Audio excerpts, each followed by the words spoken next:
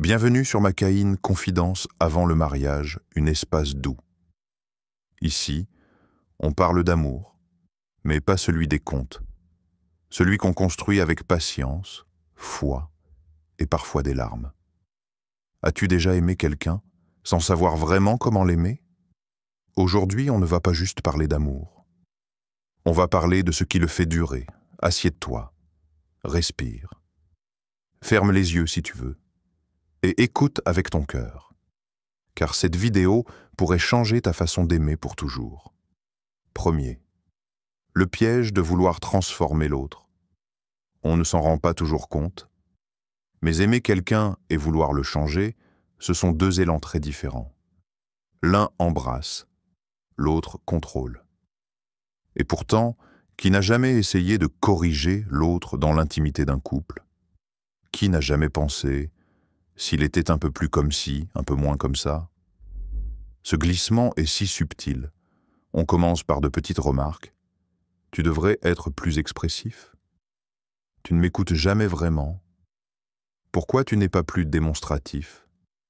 Et doucement, l'amour devient conditionnel. Je t'aime, mais j'aimerais que tu changes. Et l'on tombe dans un piège invisible. Confondre, aimer et réformer. Tout le monde pense à changer le monde, mais personne ne pense à se changer lui-même. Léon Tolstoï. Mais l'amour n'est pas un projet de rénovation intérieure.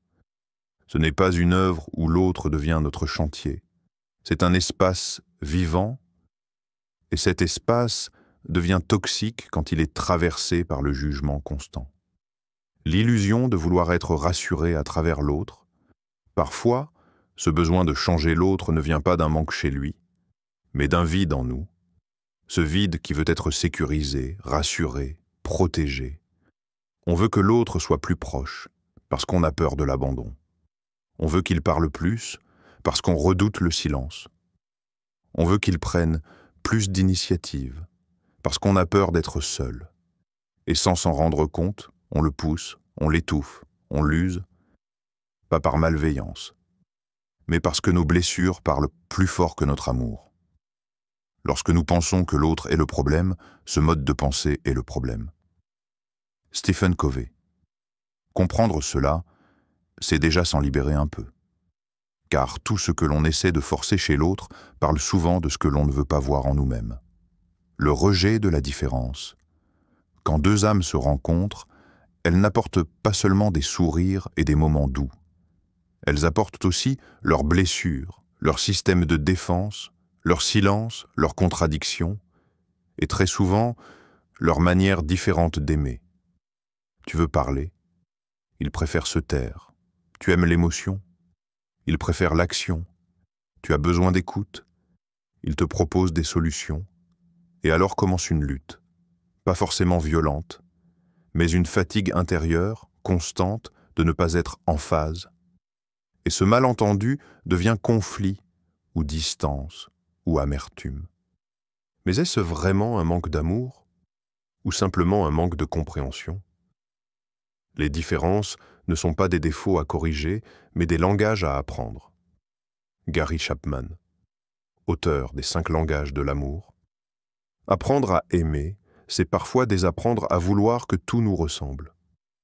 La résistance naturelle à la pression. Il y a une chose qu'on oublie souvent. Plus tu essaies de pousser quelqu'un à changer, plus il résiste. C'est presque instinctif, car derrière cette pression, l'autre entend souvent un message caché. Tu n'es pas assez bien comme tu es. Et ce message, il fait mal. Il déclenche une protection. Il se referme. Il se justifie. Il devient méfiant. Et toi, de ton côté, tu te sens incompris, rejeté dans ton besoin. Tu insistes et l'écart se creuse. C'est le cercle vicieux du contrôle. Plus tu veux le rapprocher de toi en le changeant, plus il s'éloigne de toi pour se défendre. Chacun veut être aimé tel qu'il est, pas tel qu'on voudrait qu'il soit. Carl Rogers. La puissance de l'accueil. Imagine un instant que tu sois aimé, sans condition. Pas seulement pour ce que tu donnes, mais pour ce que tu es. Pas pour ton image, mais pour ton essence. Pas malgré tes défauts, mais avec eux. Ce sentiment-là, Ce soulagement intérieur d'être vu, entendu, accepté, il donne envie d'évoluer, pas par obligation, mais par gratitude. C'est ce que Martin Luther King appelait la force de l'amour redempteur. Il disait « L'amour est la seule force capable de transformer un ennemi en ami. » Et même dans le couple, c'est vrai. L'amour qui transforme, ce n'est pas celui qui exige. C'est celui qui accueille avec douceur. C'est lui qui réveille le meilleur chez l'autre. Non pas en exigeant sa transformation, mais en lui offrant un espace où il se sent libre d'évoluer. 2. Comprendre, c'est changer notre regard. Imagine une pièce sombre, juste une chaise au centre. Quelqu'un est assis dessus, silencieux. Tu ne vois pas son visage, juste une silhouette immobile. Et toi, tu restes à distance. Tu observes. Tu penses deviner ce qu'il ressent. Tu interprètes ses gestes. Tu te dis « il est froid, il s'en fiche, il n'est pas là pour moi ». Mais si tu t'approchais un peu plus, si tu t'asseyais en face de lui, tu verrais peut-être ses yeux humides, tu entendrais peut-être ce soupir discret qu'il retient depuis des semaines. Tu découvrirais, peut-être, qu'il n'est pas distant. Il est juste fatigué, peut-être brisé. Cherche d'abord à comprendre, ensuite à être compris. Stephen R. Covey. Derrière les comportements, des blessures anciennes. Personne ne naît froid, personne ne naît fermé. Personne ne choisit de blesser, inconsciemment, l'autre. Il y a des histoires derrière les silences, des cicatrices derrière les absences, des mécanismes de défense derrière les colères. Et quand tu regardes sans chercher à comprendre, tu ne vois qu'un fragment de la personne. Elle s'emporte vite. Peut-être qu'enfant, elle a appris que crier était la seule façon d'être entendue. Elle fuit les conversations.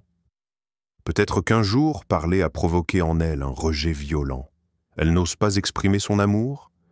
Peut-être qu'elle n'a jamais appris à le faire, ou qu'on s'est moqué d'elle quand elle l'a essayé. Ce qui ne s'exprime pas s'imprime. Jacques Salomé. Comprendre, ce n'est pas valider tout comportement, mais c'est refuser de juger sur des apparences. C'est avoir la tendresse de regarder au-delà du visible. Et si tu changeais l'angle de la caméra? Parfois, on regarde une scène de vie en étant figé dans notre angle de vision, un désaccord, un mot blessant, une déception. Tu es là, figé dans ton ressenti. Mais si tu faisais un pas de côté, et si tu voyais la scène depuis son cœur à lui, depuis ses insécurités, ses craintes, ses efforts maladroits, peut-être que tu comprendrais qu'il ne t'a pas ignoré. Il ne savait juste pas comment réagir. Peut-être qu'il ne t'a pas repoussé. Il avait simplement peur de ne pas être à la hauteur. Changer de regard, ce n'est pas renoncer à soi. C'est choisir d'aimer plus largement. C'est comprendre que chacun agit depuis une histoire, pas toujours guérie. L'homme voit le visage, mais Dieu regarde le cœur. Proverbe ancien. L'acte d'amour le plus silencieux, l'écoute intérieure. Comprendre l'autre ne commence pas toujours par une conversation. Ça commence par une pause, un silence volontaire, un retrait du jugement. Assieds-toi un moment sans attente. Demande-toi, qu'est-ce que je ne vois pas encore? Qu'est-ce qu'il ne me dit pas et pourquoi? Et parfois, rien que cette intention crée un espace invisible, un espace où l'autre sent qu'il peut exister tel qu'il est, un espace où il sent que tu cherches à voir, pas à corriger. Ce regard est guérisseur. Il ne parle pas fort, il ne s'impose pas, mais il dit doucement « Je ne comprends pas tout, mais je veux apprendre à te voir vraiment ». La compréhension est un pont, le jugement est un mur. Hauteur inconnue. Et c'est là que commence la vraie transformation. La vraie magie, c'est que ce changement de regard transforme d'abord toi. Tu ne vis plus dans la frustration. Tu ne combats plus ce que l'autre n'est pas. Tu acceptes de rencontrer la personne réelle, pas celle que tu voulais façonner, et paradoxalement, c'est souvent quand on cesse de vouloir que l'autre change que quelque chose bouge en lui, parce qu'il ne se sent plus observé, mais accueilli. Être entendu, c'est proche d'être aimé. David Augsburger, 3e. Apprendre à écouter sans vouloir corriger, écouter, pas pour répondre, pas pour corriger, pas pour avoir raison, mais simplement pour être là. Combien de fois, dans une discussion, on pense déjà à ce qu'on va dire? On attend que l'autre termine pour réagir, pas pour accueillir, mais parfois, quelqu'un n'a pas besoin d'un conseil, pas besoin d'un plan d'action, pas même d'une solution. Il a juste besoin de se sentir entendu. Être écouté, c'est tellement proche d'être aimé que la plupart des gens ne font pas la différence. David Augsburger. Le silence comme preuve d'amour. Dans une relation, il y a des silences qui blessent, mais il y a aussi des silences qui soignent. Quand tu t'assieds, que tu regardes l'autre sans interrompre, que tu laisses des espaces, des vrais espaces, où l'autre peut respirer, chercher ses mots, revenir sur ses émotions, alors tu donnes un espace de guérison. C'est rare, c'est précieux, et c'est profondément transformateur. L'écoute est peut-être l'acte d'amour le plus oublié. Thich Nhat Hanh. L'envie de corriger, une projection de nous-mêmes. Quand tu veux corriger ce que l'autre pense, quand tu veux changer ce qu'il ressent, pose-toi cette question. Est-ce vraiment pour lui? Ou est-ce que ça me dérange chez moi? Souvent, l'autre vient avec un mal-être et on se sent mal à notre tour. Alors, pour ne plus ressentir ce malaise, on cherche à le faire taire, à le guider, à le réparer. Mais on ne répare pas quelqu'un qu'on aime. On l'écoute, on l'embrasse dans ce qu'il est. Et s'il le souhaite, on l'accompagne. Pas en avant de lui, à côté. L'amour commence quand nous laissons l'autre exister, tel qu'il est. Jean Vanier, laisser l'émotion exister sans la rediriger. Quand quelqu'un pleure, ton réflexe est peut-être de dire « Allez, ne pleure pas », mais pourquoi? Pourquoi vouloir faire disparaître une émotion légitime? Pleurer, c'est libérer. Être en colère, c'est appeler à être vu. Avoir peur, c'est chercher refuge. Quand tu écoutes sans détourner l'émotion, tu permets à l'autre de se sentir vivant. Et c'est là que l'on guérit. Dans l'authenticité. Dans l'espace où on ne se sent ni réprimé, ni redressé, ni jugé. Les émotions ne cherchent pas à être corrigées. Elles cherchent à être ressenties. Auteur inconnu. Écouter, c'est créer un lieu sûr. Tu n'as pas besoin de tout comprendre pour écouter. Tu n'as pas besoin d'être d'accord. Tu n'as pas besoin d'avoir vécu la même chose. Tu dois juste être présent, entier, vrai. C'est ça, un lieu sûr. C'est ce que chacun cherche secrètement. Un endroit où l'on peut poser son fardeau sans être réparé. Un cœur ouvert, un regard qui dit « Je ne te juge pas, je suis là ». Et dans ce lieu sûr, l'autre grandit. Pas parce que tu l'as changé, mais parce qu'il a senti qu'il en avait la force en lui. Quand quelqu'un se sent profondément écouté, il commence à écouter sa propre voix intérieure. Gary Chapman. 4. Crée un espace où l'autre peut évoluer librement. Tu ne peux pas forcer une fleur à éclore. Tu peux lui parler, prier qu'elle s'ouvre plus vite, secouer un peu ses pétales, mais tu finiras par l'abîmer. Elle ne s'ouvrira qu'au moment juste, quand le soleil, la pluie, le vent auront fait leur œuvre, et quand elle se sentira prête. L'amour, c'est pareil. Ce n'est pas une injonction. C'est une invitation silencieuse à devenir. Être la lumière, pas l'architecte. Dans une relation, on a parfois des rêves pour l'autre. On veut qu'il parle autrement, qu'il réagisse mieux, qu'il grandisse plus vite, qu'il guérisse ce qui, en lui, nous dérange. Mais ce n'est pas notre rôle d'écrire l'histoire de sa transformation. Notre rôle, c'est de cultiver un environnement propice à l'éveil. Comme le soleil éclaire sans brûler, comme la terre accueille sans presser, comme la pluie descend sans bruit. On ne tire pas sur une plante pour la faire pousser. On l'arrose, on l'écoute, on lui laisse le temps. Alexandre Jolien. La confiance, une eau invisible mais puissante. Tu ne vois pas l'eau entrer dans la graine. mais elle entre, elle nourrit. Et un jour, sans prévenir, un bourgeon apparaît. Dans une relation, la confiance fonctionne de la même manière. Tu ne vois pas forcément ses effets immédiats, mais elle pénètre lentement l'âme de l'autre. Elle dit « Tu peux être toi, tu peux tâtonner, tu as le droit de ne pas savoir encore. » Et dans ce terreau de douceur, les blocages fondent, les peurs reculent, et quelque chose commence à bouger, pas pour répondre à tes attentes, mais parce qu'il se sent en sécurité. On change souvent quand on sent qu'on n'est plus obligé de changer. Carl Rogers, L'air. Le respect de la distance, de l'espace personnel. Créer un espace de croissance, c'est aussi respecter la distance. Il y a des jours où l'autre aura besoin de silence, de solitude, de repli. Et c'est précisément dans ces moments-là que ton amour se mesure, pas dans la fusion, mais dans la capacité à ne pas envahir. Tu n'as pas à être partout. Tu as juste à être accessible quand l'autre est prêt. L'amour mature ne se colle pas. Il entoure, il accompagne à distance. Il offre de l'air pour que l'autre respire, se cherche, se définisse. Laisser pousser, s'entailler à tout prix. On pense parfois que l'amour, c'est guider, reprendre, montrer ce qui cloche.